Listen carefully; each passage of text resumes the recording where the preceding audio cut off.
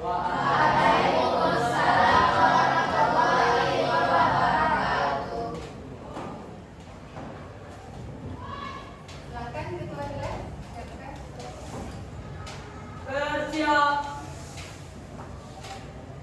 Berdoa mulai. Bismillahirrahmanirrahim.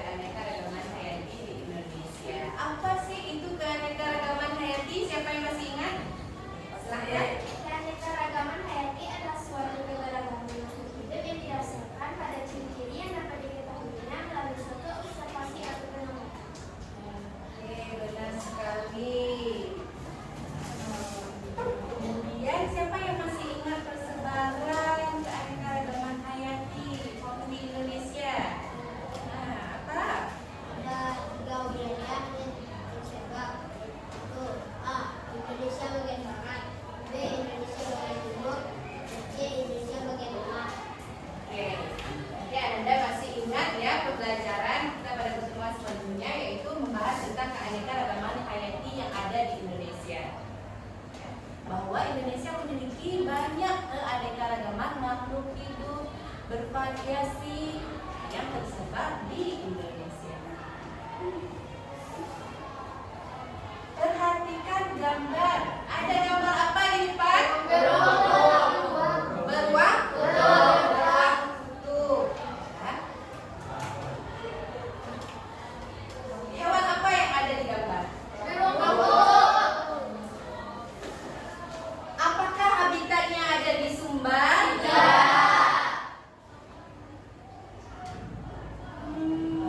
Apakah hewannya jika kita bawa di Sumbar ini bisa hidup? Tidak.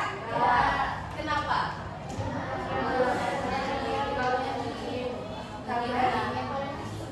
Karena dia harus dingin.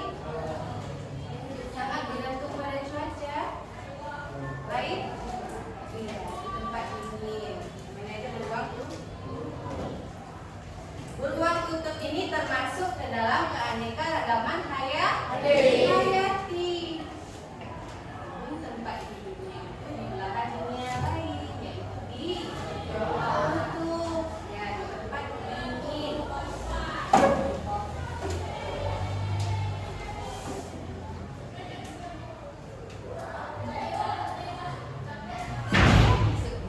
Setelah kita mempelajari materi sebelumnya mengenal keanekaragaman hayati yang ada di Indonesia dan belahan dunia lainnya, maka sekarang kita akan belajar submateri keanekaragaman hayati dan pengaruh manusia terhadap ekosistem.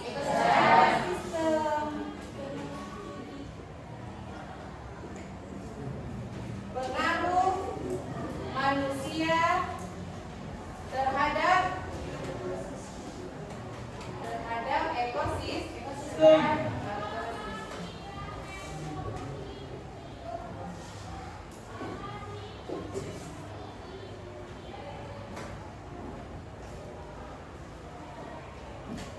Adapun tujuan pembelajaran pada materi ini yaitu yang pertama, silakan baca. Tujuan pembelajaran satu peserta ini dapat menjelaskan keanekaragaman hayati yang ada di kita. Kedua, silakan dilanjutkan. Kedua, melalui pengamatan peserta didik diharapkan mampu menjelaskan keterkaitan ekosistem dengan keanekaragaman hayati. Lanjutkan.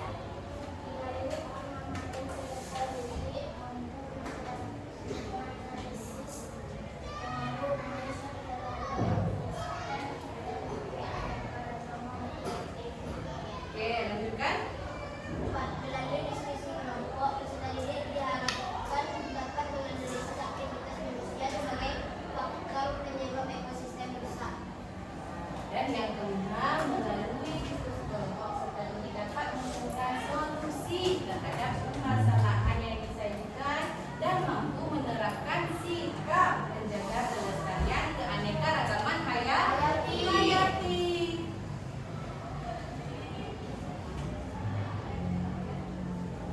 Keanekaragaman hayati dan pengaruh manusia.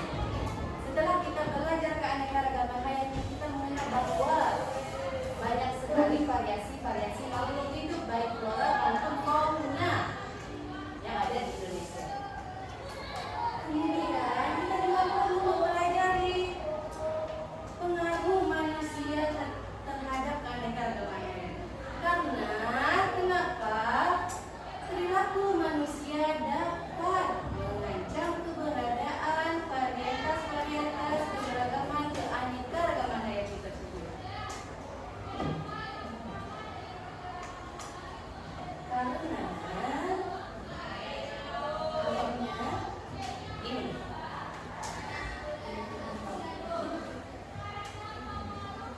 ini dibuat pada kabar laman berita Sumbar.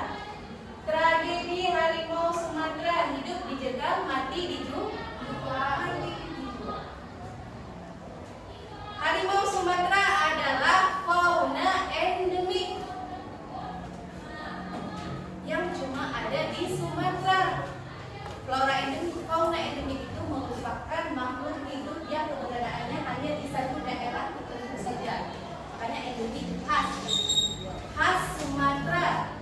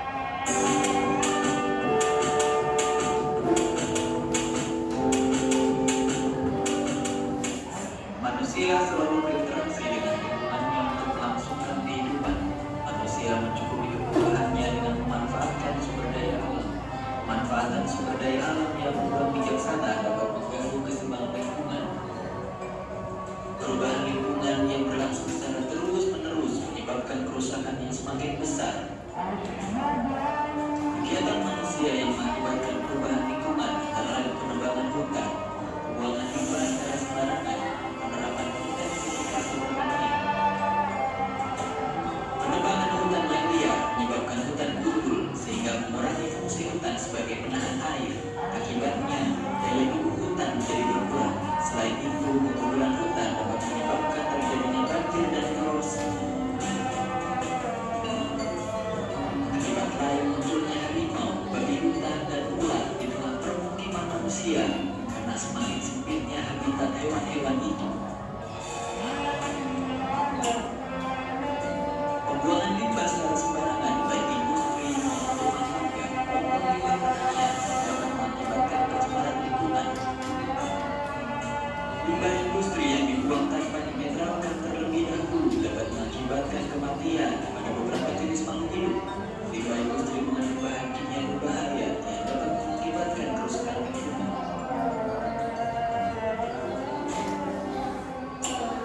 Penerapan intensifikasi pertanian dengan cara panca usaha tani di satu sisi meningkatkan produksi, sedangkan di sisi lain bersifat merugikan.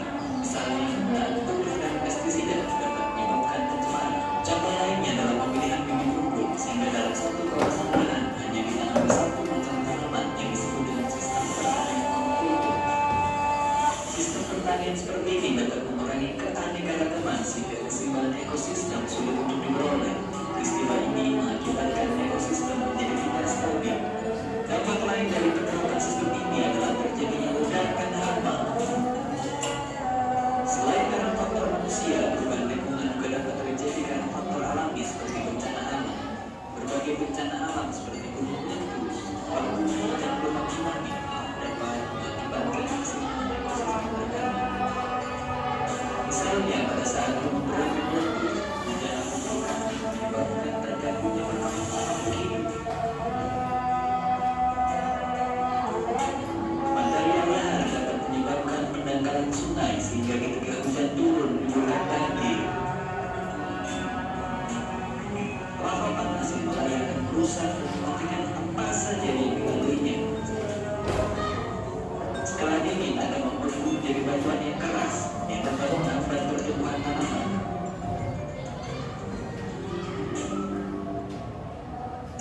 Begitu juga dengan gempa bumi dan gelombang tsunami akan menyebabkan rusaknya ekosistem yang sebelumnya telah terbentuk.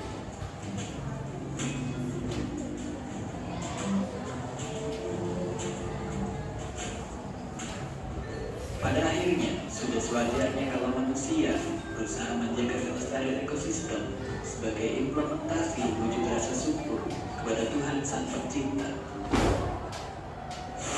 Terima kasih sudah menonton video ini. Subscribe, like kalau kalian. Perilaku yang faktor yang menyebabkan ekosistem rusak. Sebagaimana keanekaragaman hayati itu, dia kan bergantung pada ekosistem. Jika tempat tinggalnya, habitatnya rusak, maka keberadaan makhluk-makhluk hidup tempat tinggalnya sudah tidak memiliki tempat tinggal. Contohnya dalam video tadi ada harimau masuk pemukiman warga karena hutannya sudah dirusak, sudah tidak ada lagi tempat tinggalnya. Selanjutnya, coba Anda perhatikan video berikut bagaimana manfaat hutan, keberadaan hutan itu sangat penting bagi kehidupan dan keanekaragaman hayati. Silakan perhatikan video. Dari kecil kita selalu dengar hutan dinamai paru-paru dunia. Selain buat napas, hutan juga jadi rumah buat segala jenis binatang-binatang lucu dan langka. Dan pastinya, gak cuma itu, tapi berbagai hasil dari hutan juga bermanfaat untuk keseharian kita. Tapi sebenarnya seberapa penting sih hutan buat kita?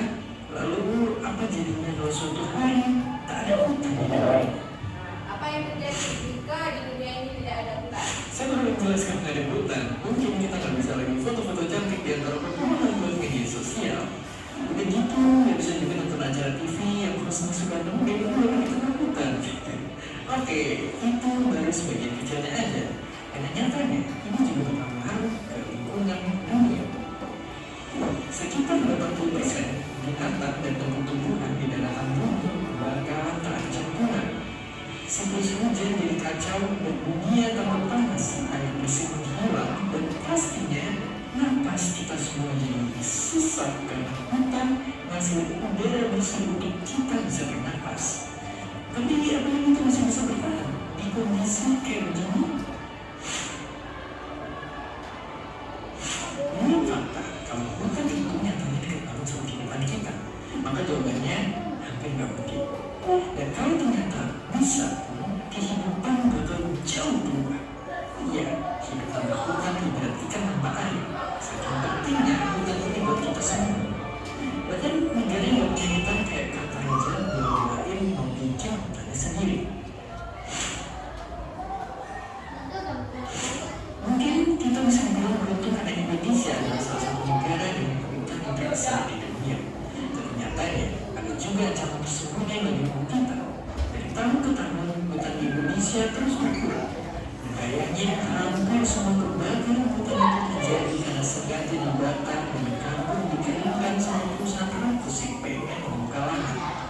Bagi penelitian tahun 2015 dan 2019 kemarin, kalau di total udah ada hutan dan lahan seluas 7 pulau baru yang kebakar. Gila banget. Kebakaran itu bikin jutaan orang sakit pernapasan dan ratusan ribu diantaranya meninggal. Sekaligus mengancam hewan-hewan khas daerah Indonesia ini pun jadi ikut lenyap.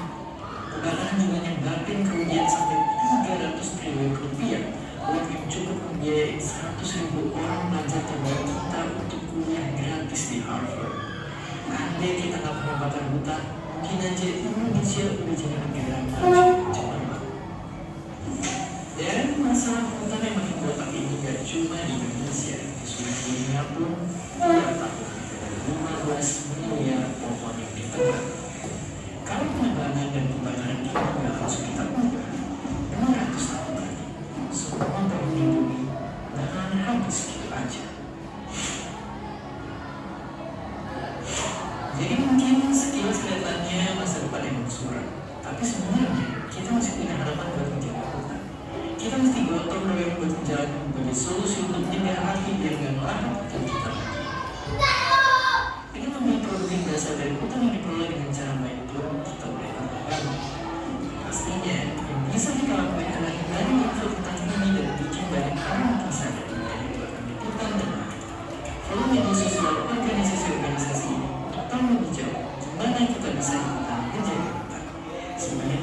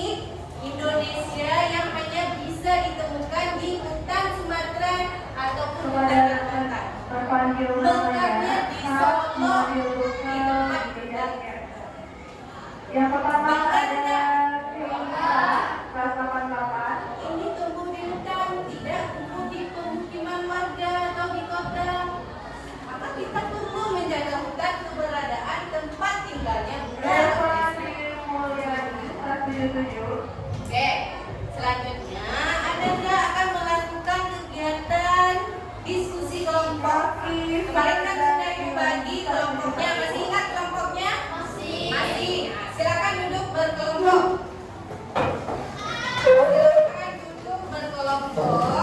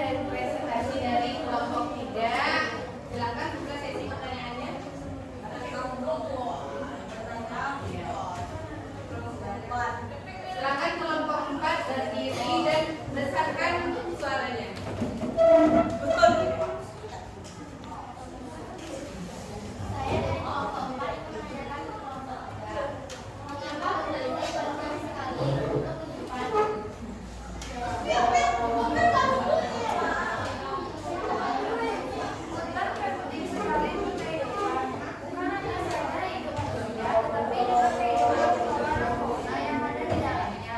Selain itu, juga sebagai pengaruh dari kelompok lain, sumber plastik tambah nafas. Ada pertanyaan lagi dari kelompok 1, 2? Udah ya? Udah. Sekian Bapak dari kelompok kami. Assalamualaikum warahmatullahi wabarakatuh. Makan dulu. Udah siap kelompok 1 tampil?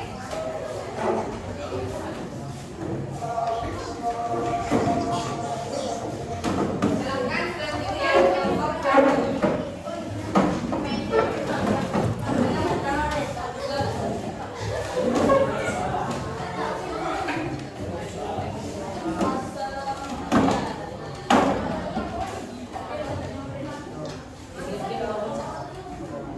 Assalamualaikum warahmatullahi wabarakatuh.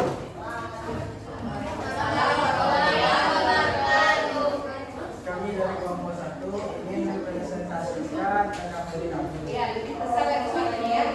Kelompok 1 terdiri dari Alis, Intan, Diana, dan Lisa.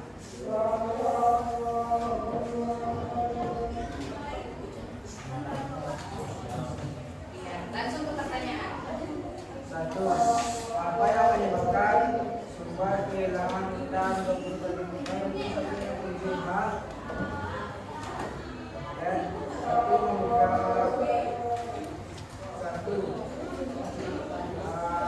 Pembukaan lahan seperti lahan sawit. 2.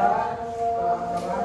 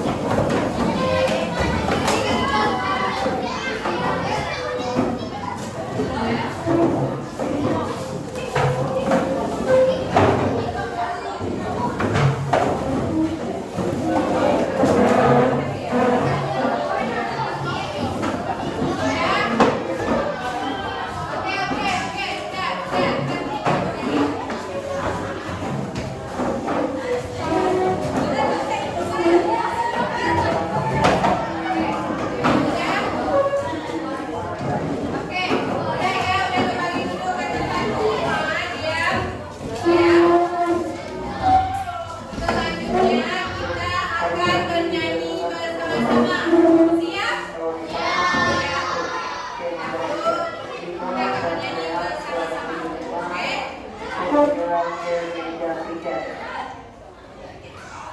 Terima kasih. Assalamualaikum warahmatullahi wabarakatuh. Selamat malam.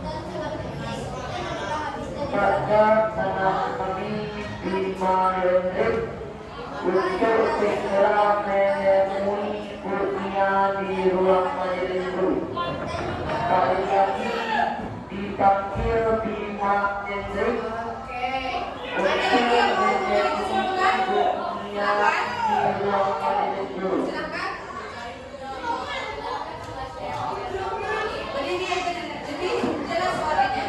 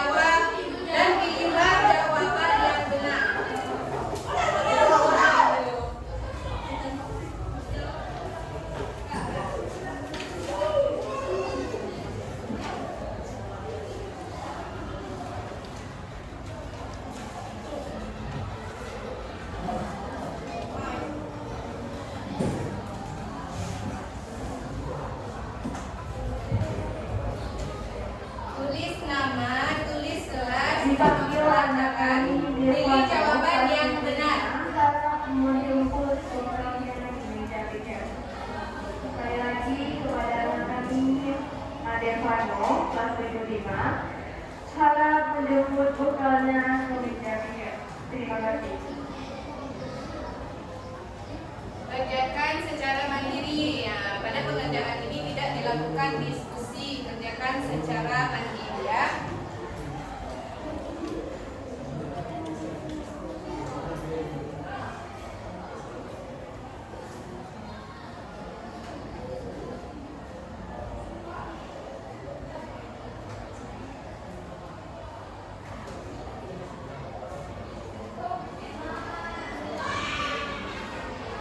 Tulis nama, tulis kelas, nama pelajaran, pilih jawaban yang benar.